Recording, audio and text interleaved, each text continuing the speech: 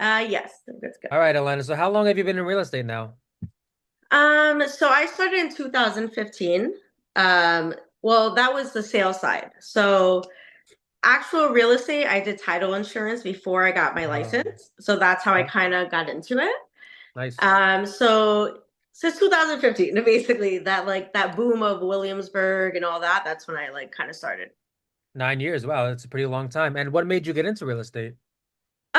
So I've always kind of been like interested in it. So like I've always been more of like the kind of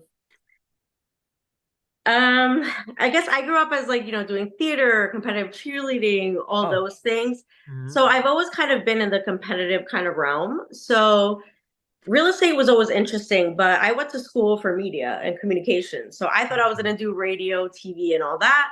But I graduated class of 2011 when we were kind of in that second mini recession. And, Uh-huh. when I graduated, I was working for WPLJ and they were like, hey, we'll give you a job for like less than minimum wage. And I was like, Wow. no, like, I had to pay bills. Right. So after college, I was struggling to find work. And basically, I had a friend that was working at a title company. And she was like, hey, we're looking for employees. So I went in for an interview and I started working there. And automatically they threw me into closings. So I was doing the closing department, which, like, if you're going into title, I didn't know anything about it. So Uh-huh. in my interview, they were like, oh, do you know what title is? And I was like, I have no idea, but I will learn, you know? So I was running the closing department for a very prominent closing department. And we were doing commercial, residential, all that. Wow. And I would do the invoices, the policies, the whole nine. So I was kind of like, wait, hold up. I'm making this much money, but this agent is making like, all this, commission money on his invoices. So I got my license and Nice. I quit and I jumped into real estate. But you could do both if you wanted to, right? Well, I mean, I was running a closing department. So, I mean, I had to be there full time. Like, I was dealing with the lenders, the attorneys, the whole nine. So, no, because as you know, when you go into real estate, you have to, kind of be in it full time and be Yes. available. Yes. So, no, I couldn't. So, so I got my license and I'll never forget. I told my boss, I was like, hey, I'm giving my 2 weeks. I got my license. I'm leaving. And he was like, you'll be back just like the rest of them. And I was Wow. like, whatever, it's so fun. So I jumped into real estate. I would say, I think my biggest mistake of that was I had no money saved. So, Oh. so I got my license and I jumped into like the sales side of real estate, you know what I mean? But I had no money saved. So could you do both? Yes. But I mean, are you going to thrive as a sales agent? I mean, definitely not. Like, you have to commit full time. Um, but yeah, I don't regret the way I jumped into it, just quitting my job and going, because I've always been the type of person that if I have to survive, Yeah. I've been very independent from a young age, working full time.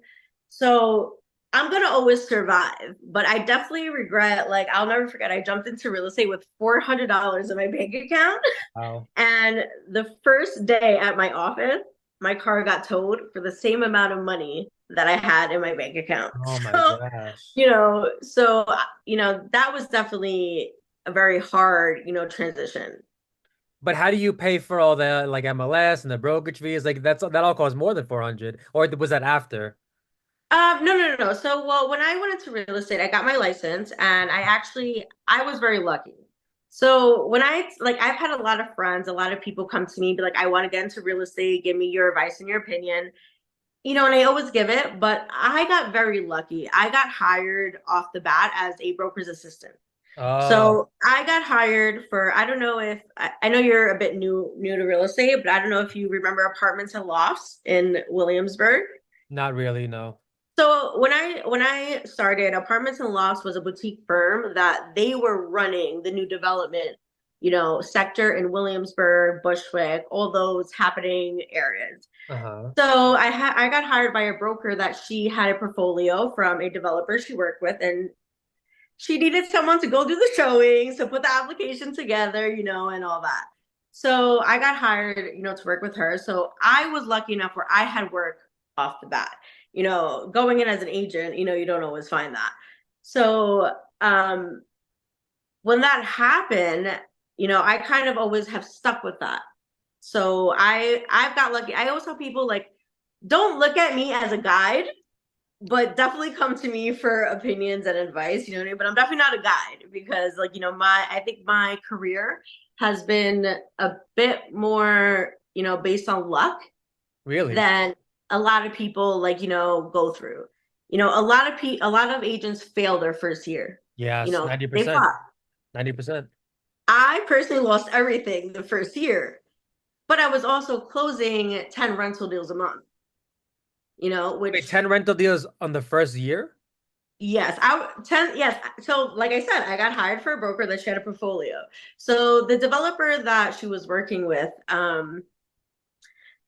they actually I'm sure you know the documentary, what's his name? The developer that killed all his like girlfriends in Texas, the old guy. I don't know. Okay, so if you go, there's this really famous developer who's an older guy. Like he recently, like there's been all these HBO documentaries about him. He killed a couple ladies that he dated, whatever, but Mhm. he had a portfolio. So when I started working with her, that portfolio went to his sons. Really? So they had all these walk-up buildings in Williamsburg, Bushwick, Bed-Stuy, etc., that they were renovating and fixing up. So basically, off the bat, I had, all the listings handed to me to work on. So I was closing them. They were closing. I mean, this is when like, one bedrooms in Williamsburg were like 21 to 2200. So I was closing 10 deals a month. Wow. But what happened to me was, I mean, I think it's something that's not discussed a lot, but let's say you close a rental deal. When are you getting paid? If the tenant isn't paying and the landlord agrees to pay OP, when are you actually getting paid? If they're not paying, Like if the tenant, like the applicant's not paying, the owner says, I'm gonna pay you 1 month OP, right? it's Like gonna take a while. it could take, they could say take first month rent. They could say, I mean, but there is no rule. So I was sitting there closing, literally working 9 a.m. to 9 p.m., like, thinking I'm thriving, sweating, walking up walk ups, and 7 months went by and nothing, Wait, no pay? no pay, no Whoa. pay. So, like, basically after a couple months, our brokerage went after them, but they let them slide for a long time. You know what I mean? Way So, too long. yeah, I mean, well, yeah, I lost everything my first year. Like, my car got repoed. Literally, my car got repoed. I mean, I wasn't paying bills, etc. So I made a lot of money my first year, but I didn't see a lot of money, and I definitely wish that that was something that I knew going in. Like I didn't know like you have to, kind of wait to get paid on these things, etc. There's no rules. There's no one enforcing for a landlord to make sure that he pays you. So for me, I think that was my biggest mistake where I went in with no money saved. You can't go in as a new agent with, you have to have a cushion. You have to have Oh, something to sorry, fall back I on. God understand. bless you. So when did you get You, paid though? I didn't get paid for literally 7 months. And I Oh, got a back check of like a lot, a nice amount of money. oh, Yeah, a you got couple. so you did get paid. It just took 7 months, but you did get paid for everything. Well, yeah, but in between, how do you make money? We Yeah, don't that's get paid tough. hourly, So Yeah. um I definitely, I don't regret the way I jumped into real estate, but I do regret jumping into real estate with no plan. You know what I mean? I think a lot of people, they see $1 million listing, they see all these shows and they're like, oh, I'm gonna go be an agent and make money. No, no, no, no. You're either gonna sink or swim, and you most likely will not make money your first year.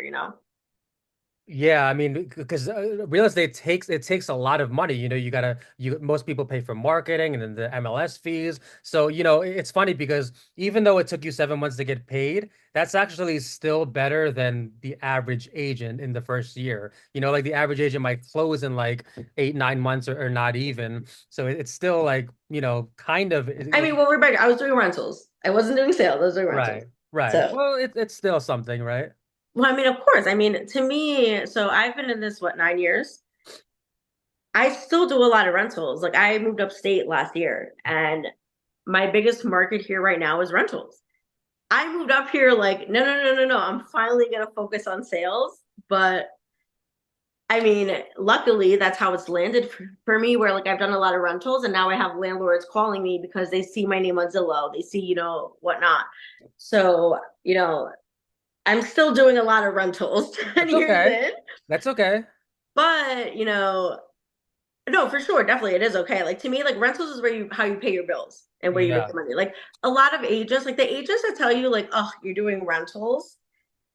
First of all, when you started, how did you pay your bills? It wasn't from the sales. Like, you know what I mean? Like, when did you actually get your first sale? When did you actually build that consistent amount of money that is flowing in? Like, me working in title, I know that closings can happen anywhere from 30 days to a year later. You know what I mean? Yep. So you Yep. don't get paid until that, deal closes. So, agents that sit there and they look down and like, oh, you're doing rentals? Well, yeah, yeah, I'm paying my bills. Yeah, I mean it's better than nothing. And th those agents who say that don't mind them, like that's arrogant to me. It's better than nothing. And way more people rent than buy, so it's so much easier Of to get course. Yeah. rentals. So you did tell us about your first year. So walk us through a normal day in your shoes. What time do you wake up, coffee or tea? Walk us through a normal day. So I mean, okay, this is where I'm gonna look bad, like Why? as an agent. Because like I said, so I've been lucky enough where since I've started, I've watched a couple of your videos on YouTube with a couple of your other agents. And one thing that you've always mentioned is that who you know matters. Of course. So I was lucky enough that that first broker I got hired with, we didn't really vibe. But Mhm. the broker that I'm still with now, and I'll probably refer to him as my partner. So we're not partners as in I work for his brokerage, but after I worked with her, he scooped me up and he was like, "Hey, I have a bunch of rentals. Like, do you want to work them?" And I was like, "Cool." 9 years later, we're still together. You know what I mean? Like nine Yeah. years later, he moved up here during COVID. I'm in Sullivan County now. So he moved up here and opened his own brokerage. And for the last couple of years, he's been like, come, I need help, and I'm like, no, I'm never leaving Brooklyn. I'm staying out here forever. Um, but I did finally come up. Here I am a year later. But my point is that I've been lucky enough that I had someone kind of pick me and we've worked together. Like we're a team of two. He has Oh. his own brokerage. We do have other agents that kind of come and go. Uh-huh. But for the last 9 years, it's been us two and it's worked. And I call him my partner simply because everything we do is 50-50. When we close a deal, it's 50-50, regardless of kind of, not necessarily who brought it in. Like now that he owns his own brokerage, he may take a 10% more, but he gives me a very fair amount on top of the fact that he's putting me on, listings that may have come in for him, Wait, so when he closes, he still gives you money? So yes. Really? Yeah. Well, so like if he puts me on a listing, yeah. So like for example, recently we just had a listing where I was actually in the car with him and we were doing a walkthrough of a portfolio of rentals that we got up here from a different, developer. Uh-huh. And he got a call from someone that's like, hey, heard about you, I want to meet you. And we were literally 5 minutes from their house. So he was like, hey, I'm 5 minutes from your house. I can come by right now. And, simply because I was there with him and, I moved upstate and he wants me to, jump and get into sales. He was like, well, you're in the car with me. You're going to come. You're going to be on the listing and, like you're going to take the lead on it because, but yeah, at the end of the day, we split it 50-50. Yeah. That's great. That even when the broker closes, he gives you 50%. That sounds like an amazing deal. I mean, if he puts me on it and I'm, I'm working, I mean, I'm showing, I'm advertising, You're it's not working. like, Yeah, yeah. yeah. So, I mean, obviously, if he has his own deals, I don't see anything, you know what I mean? Of But course, yeah. yeah, I mean, I got very, very lucky. Yes. Like, you know what I mean? Like, I've had someone that has supported me throughout my career. Um, you know, Anything he gets, I'm usually the first agent he calls, so I definitely got very lucky. It wasn't easy. It's still not, I'm not loaded. But I definitely got very lucky with that, with someone that supports me, teaches me, a lot of brokerages, you can't just call your broker and ask them Yep. questions. Yep. You know what I mean? I kind of talk to this guy from morning to night. Like he's at this point, my brother. So definitely got very, very lucky. So you said he has other agents, right? How many other agents does he have? So right now at this brokerage upstate, it's just me, him, and one other person. Gotcha. But when we were back in Brooklyn, because we did work together in Brooklyn for like 8 years, we did have other people on our team, at some time, like, so we did a lot of new development. So we did like the Halo in Long Island City, and that was on Purvis and Jackson when there was nothing there, and now Yeah. there's a Starbucks, Yeah. So, we did that building when it first opened, over 300 units. So we've had other people on our team, but it's kind of always been come and go. We've kind of always been the last ones standing. Right. That sounds like a great bond. So, what is your favorite thing about being a realtor?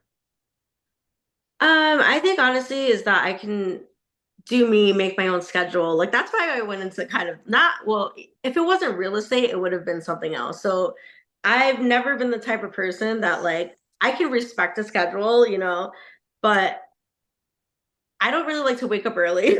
I'll be What time honest. do you wake up? Um, 8 and 10, depending on the day, 10? depending Okay.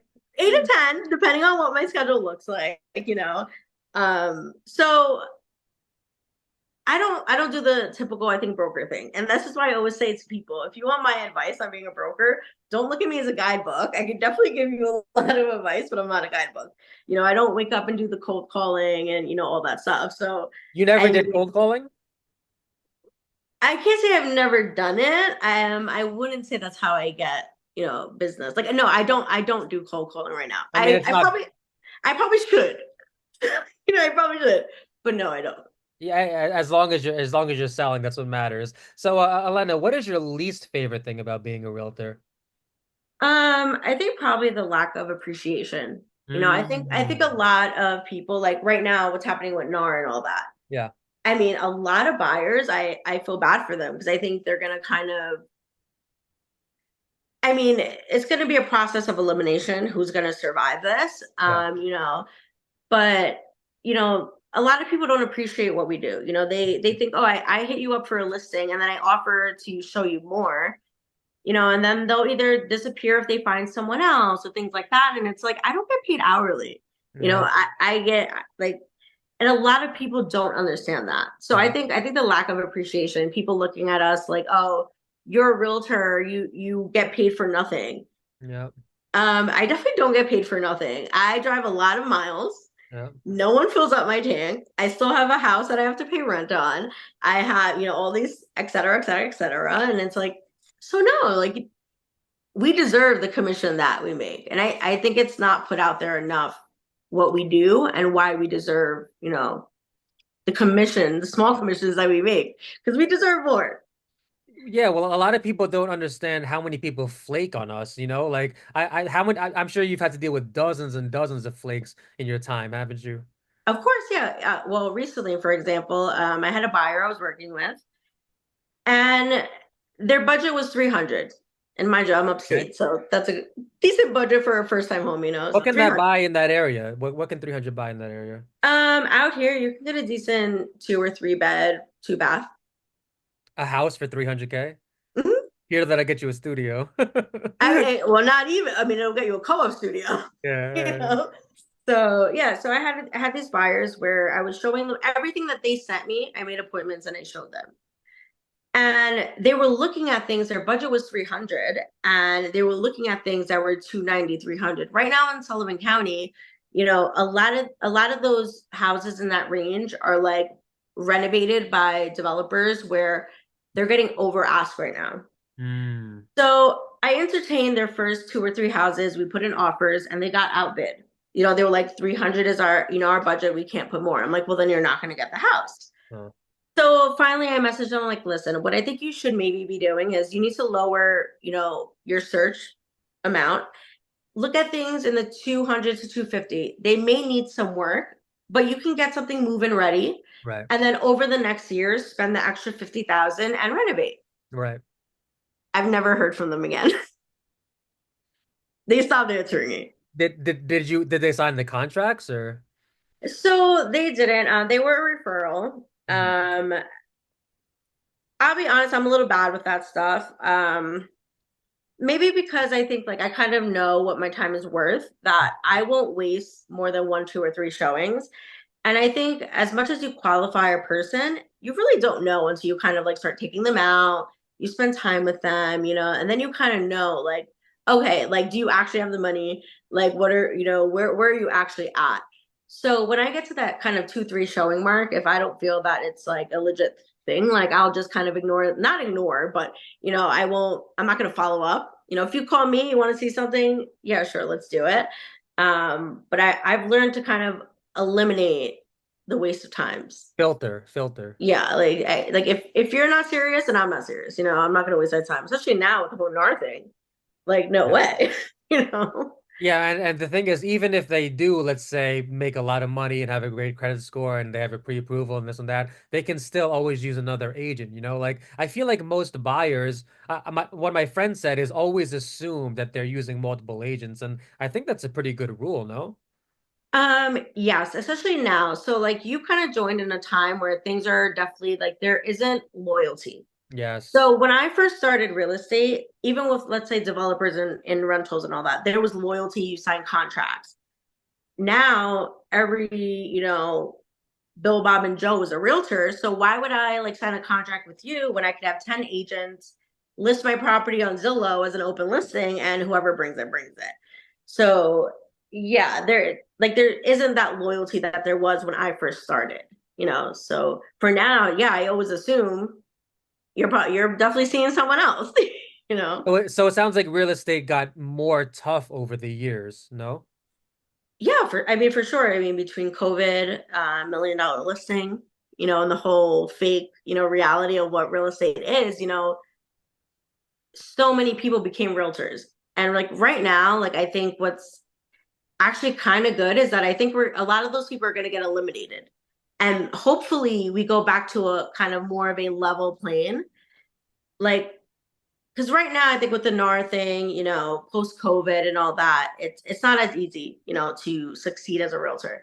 So I think a lot of people are kind of going to get eliminated the next couple of years. Like the weak won't survive, and then hopefully we get back to a kind of level plane with realtors.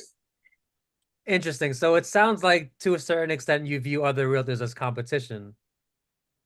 No, no, no. I don't view other realtors as competition, but I think because there are so many options out there, you know, sellers, buyers, developers, like there's no reason to commit.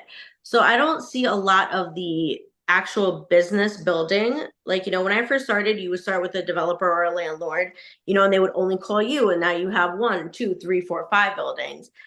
But right now, like, he's allowing you, and you to show. Yep. So it's, you're always be a fallback. They're always going to call you. You know what I mean? But there isn't that commitment where, I have this landlord. When he has a lease up, he's going to call me. If he has a new building, he's going to call me. You kind of start looking at it as steady money. Yep. Like right now, there's no steady money. It's random and it's oversaturated. Elena, you do commercial real estate as well, right? I don't do commercial. No, I mean, I've done it on the title side, but I don't do it. No. Is there a reason why or just no? Honestly, no interest. I think I think if you're gonna go into that world, you're looking to kind of join a fight. Like, you have to too much competition. It's still commercial to me is also still an old man's world where Yeah. a lot of those older agents and brokers are the ones kind of controlling commercial, It's you political. know. Yes, definitely. And I no, I have no interest. Yeah, it's very political. So you did answer this to a certain extent, but where do you get your leads from? So I'm like I said, I'm lucky enough where I worked with my partner for all these years. So, Uh-huh, uh-huh. we have a steady kind of portfolio of things, but a lot is word of mouth, whether it's him or I. So, I just moved up here to Sullivan County last year. And like I said, I was like, I'm gonna focus on sales. I'm not doing rentals 24/7. But it's kind of been a bit easy for me. And I think me bringing up that New York City kind of sales style with renting things as quickly as I can, or the way I, kind of advertise. The way people advertise up here was very different than the city. That when I came up here, I was like, who took your pictures? Like, who wrote, like, your descriptions? So I was kind of able to take a lead. So when I first moved up here, a lot of the landlords that were calling me were through, my partner. And now, like, I'm getting calls just by people kind of just like, who are you? Like, majority of the listings on Zillow are you in this area? Like, so very word of mouth and just kind of like my best work showing where, I again, I've gotten lucky that that's how I get business, word of mouth, referrals, reviews, etc. I don't buy Zillow listings. I'm not against it. I think agents should, I think if you're not lucky enough to have a support system, you have to spend that money. You have to do that. So lucky enough for me, I haven't had to, but like right now, I actually have I met a buyer agent. He's actually from Westchester. He came to see one of my listings up here. Well, he brought a buyer to one of my listings, and we just vibed. He's paying for my area where I live up here, Zillow or like Realtor.com? on Zillow. So like you kind of pay for a certain area, you're the lead Yes. broker there. He doesn't live here. So we hit it off that now he actually, like, if he doesn't want to come up here, or he has, too many kind of like inquiries, whatnot, he's like, hey, do you want to work with these buyers? So he's paying for these little leads, but I live here. So he's now sending them to me, hoping that I close them and we both make money. Very, very smart. Sounds barely legal, but let's move on to the next No, question. no, no. It would be no, it would be a referral. It would be a Right. referral deal. Right. It would, Yeah. yeah, it would No, be a that's referral very listing. smart. So you said you worked in Brooklyn and upstate. You never really touched Long Island? No, no, no, no, no. Avoided Long Island. I feel like Long Island is its own world. You know what I mean? They have their kind of own rules, their own playing ground, their own people, So no, I've never bothered. Long Island is like a whole different state. So let's talk a little bit about like the boroughs versus upstate. What are the biggest differences between being a realtor in the boroughs versus upstate? What are the biggest differences? So I would say so in the boroughs, like, obviously you have so much competition. Things move quicker. When I was doing rentals in the boroughs, I'm used to if I put a listing up, 2 weeks, 30 days max, it's rented. Yep. Up here, that's not what happens. It's a whole different world. It's a different market in regards to the type of product you're putting out there.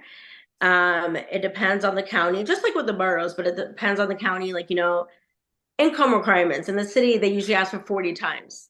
Up here, they're going to ask for 36 times. Things may move within 30 to 60 days. It's a lot slower. You have to be patient. It's not, in the boroughs, if you lose someone, they back out of a deal. Okay, cool. I'm going to show it and I'm going to have someone else in a couple of days. So you definitely spend a lot more of your personal time, I think, showing, doing the running around and all that, which is fine. It comes with the job. But it starts to kind of feel like a little bit of not a waste of time, but it's like I'm now driving all these miles back and forth, which out here I can drive 50 miles in 20 minutes. So in the city, that's like 2 days. Right. So, but either way though, that's gas. That's mileage on my car. That's so I've learned that up here, like I don't do open houses. I Really? don't really do one-on-one showings No unless open I houses? so I mean, not that we don't, but you'll do an open house, let's say for a sales listing, you'll do an open house on a Saturday or Sunday because you're going to get those city people that may be looking. Uh-huh. Open houses are later out here. They're usually like between 1 and 2 p.m. because up Okay. here things move slower. Mhm. So out there I'm like 10, 11 a.m. open house. Up here, no. But most of the time you have an open house, nobody shows up. Because they live too So far. well, in general, even I mean, people looking around here, it's like it's just not a big turnout. So what I've started doing is I do time slots. I get a lot of inquiries. I'll be like, I'm sure, and this is mostly for rentals, not for sales, but I'll be like, I'm showing on Tuesday between 5 and 6 p.m. You can come. And sometimes no one comes, sometimes a few people come, but I realized up here, like, you make an appointment, they don't follow through, they don't cancel with you, they don't give you a heads up you're not coming. Don't So care. now I've driven, 30 miles and you just don't even show up. I hate clients like that. Their mentality is, it's not my problem. They don't care about wasting your time. And that's like, that to me is the worst part of real estate, like flaking and people not caring about the agent's time. To me, that is the worst part. Yeah. So tell us about one unforgettable experience you've had in your career. Um, Probably in the beginning when I first started doing rentals Uh, and I went to a property and it was an open listing, and they're like, oh, like, the keys in the lockbox. The code didn't work. Okay. By the time I got in contact with the management company, got the actual code, there was no key in there. So I actually still have the videos. So I literally was like, you know what? We're breaking in. So basically, I sat there, and it wasn't. I'm 5 feet tall, so I'm not that tall. So it wasn't like a low window either. We basically lifted it up. I got the window open, jacked it up, and crawled in. And it's like to this day, I see this video, but like it's just my fat ass like crawling into this window uh, to let these people in for literally. It was like a $3,000 like listing, that's crazy. and I was just like horrified. But I'll do it again. So whatever. I guess you got to do what you got to do, right? That's how it Exactly. is.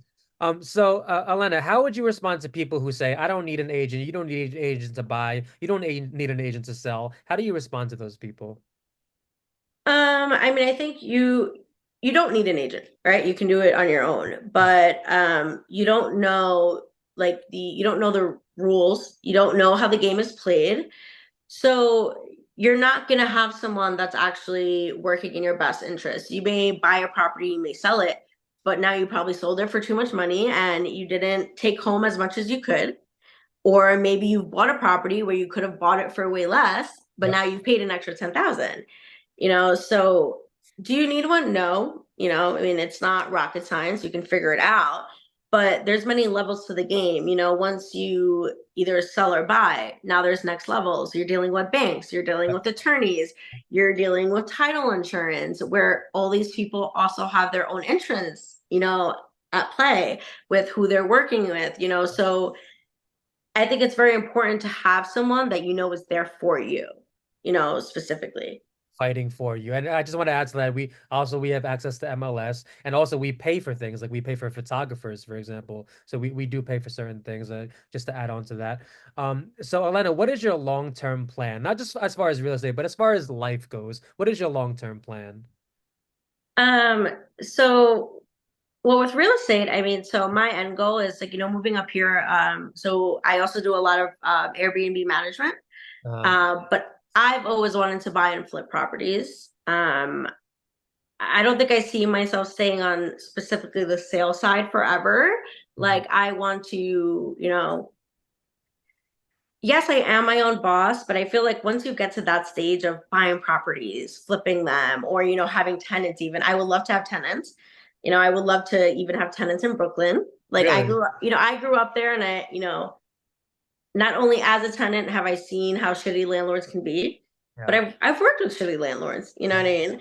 I would love to own a walk up in Bushwick, where I used to be a stoop kid and, kind of just be a good landlord. But in the end, it's all about being able to make my own money, make my own decisions. You know what I mean? Like right now, even so, like I work with my broker and I have all these leads, these listings, but I'm kind of still at his mercy. You know what I mean? I still work for him, even though we're Yeah. equal. You know what I mean? So my goal is to kind of, I guess, be a free entrepreneur. And that doesn't mean making millions. I've kind of gotten past that point. Like, like I've always wanted to be like a millionaire, be rich, this and that. I would love that. But at this point, like I just want to make money. My bills are paid every month. I have a couple thousand in the bank hanging out. I can go on a vacation when I want to, That's it? Only a couple thousand? And not well, when I say a couple thousand, I mean like 10, 20,000. You know what I Okay. mean? Like Yeah. if I want to go to Puerto Rico, I can go to Puerto Rico for, Yeah. a Yeah. week or not. Um, but in the end, I think a lot of my priorities have changed as I've gotten older. I'm 36 now. And I think, yeah, I want to make money, but I want to be happy. Like, if you think about it, we have maybe what, 40, 50 years left here, Yeah. which will fly by. Well, I'm already almost 40, So to really just be at peace and be happy and proud of what I've built and what I can leave for, my children whenever I have them, if I have them again. Well, I definitely think you should be proud. I mean, you come a long way from where you were before, and I do consider you successful, so I definitely think you should be proud of yourself. Elena, do you have tips for new agents? Yes, definitely. I mean, like I said earlier, like definitely make sure you have a cushion, whether it's $1,000, 10,000, have a cushion, prepare to not make money for a couple months. Yeah. I definitely think join teams. I'm big on teams. I think maybe because that's how I've kind of succeeded. But I looked around and I saw the other people that had no one and they failed or just really cried it through and survived. But teams are great and you don't have to stay on a team. We're all independent contractors. Right. So take your experience, learn from people and keep it moving for whatever works for you. Elena, where can Definitely. people find you? Where can people find me? Well, catskillshomeservices.com or on Instagram, Elena Roxy _ realtor. Perfect. It was so nice to talk to you, Elena. Have a good You one. too. Thank you so much. Take care. Bye.